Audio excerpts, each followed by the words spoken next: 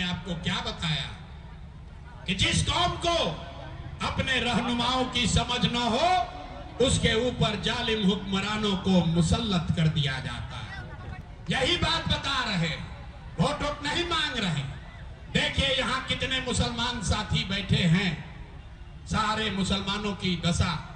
हम 2 बरस पैदल चले, 5000 से ज्यादा गांव में गए और रोज मन से कहते हैं मुसलमानों की जो दुर्दशा है, दलितों के बाद सबसे ज्यादा गरीबी, बदहाली, फटेहाली अगर कहीं है तो मुसलमानों के बीच में है।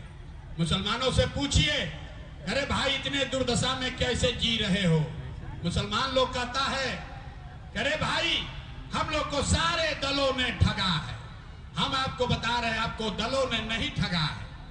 आपकी दुर्दशा इसलिए नहीं है कि आपको राजद ने ठगा कि कांग्रेस ने ठगा।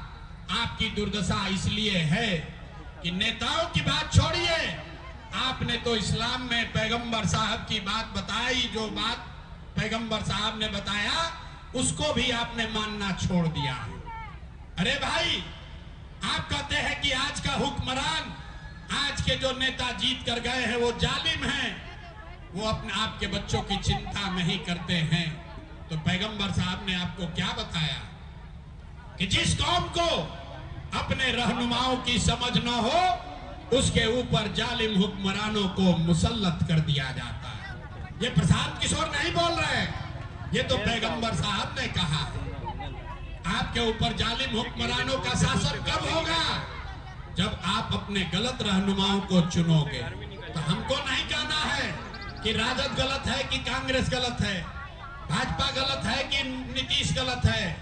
आपकी स्थिति बता रही है कि अगर आज का हुक्मरान जालिम है, इसका मतलब है कि कहीं न कहीं आपसे अपने रहनुमाओं को चुनने में गलती हुई है। ये बात पैगंबर साहब ने कहा है, गलत तो हो नहीं सकता। अरे भाई जो बात इस्लाम में बताई गई, आपके हदीस में कहा गया, वही बात तो जाकर गांव-गांव बता रहे हैं। मेरे भाई अगर आप अपना और अपने बच्चों की चिंता नहीं करोगे तो दुनिया में कोई नेता, कोई दल आपके बच्चों की चिंता नहीं करेगा। यही बात तो हदीस में लिखा हुआ है कि हर मुसलमान का ये फर्ज है कि आपको अपने बच्चों के साथ इंसाफ करना है, आपको अपने बच्चों को अच्छा नाम देना है, उसकी तालीम और तरबियत करनी है। लेकिन आज का हिंदू हो या मुसलमान, बिहार में लोगों को अपने बच्चों की चिंता नहीं है, लोगों को नेताओं का चिंता है।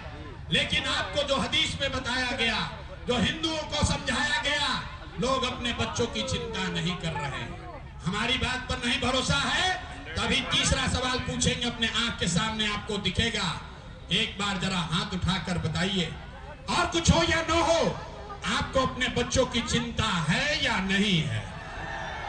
हाथ जरा उठाकर, हिंदू मुसलमान सब हाथ उठा लो भाई, और हाथ उठाकर बताओ अपने बच्चों की चिंता है कि नहीं है?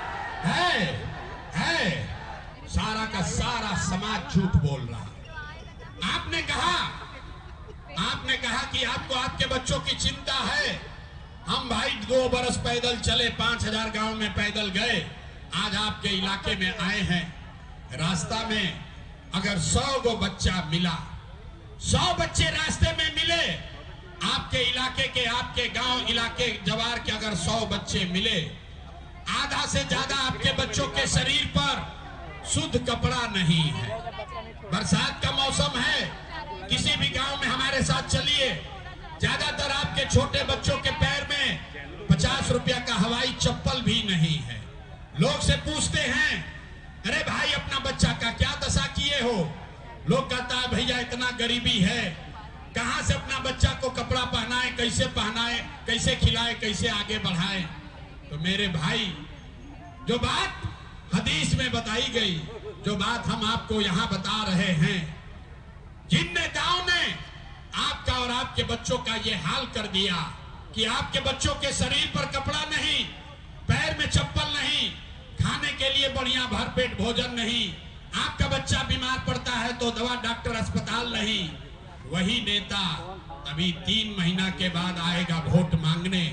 तो जितने लोग यहाँ बैठे हैं, ज्यादातर आदमी जाति के नाम पर हिंदू मुसलमान बन के 500 रुपया के लालच में मुर्गा भात खाकर लालू के डर से मोदी और मोदी के डर से लालू का नारा लगाकर अपने ही हाथ से उन्हीं नेताओं को वोट देकर राजा बनाओगे जिन नेताओं ने आपका और आपके बच्चों का ये हाल किया है। और आप कहते हैं कि बच्चों की बड़ा चिंता है। अरे भाई, अपने बच्चों के नाम पर झूठ बोल रहे हो। अगर अपने बच्चों के नाम पर झूठ बोल रहे हो तो आप नहीं भोगिएगा, आपका बच्चा नहीं भोगेगा तो कौन भोगेगा?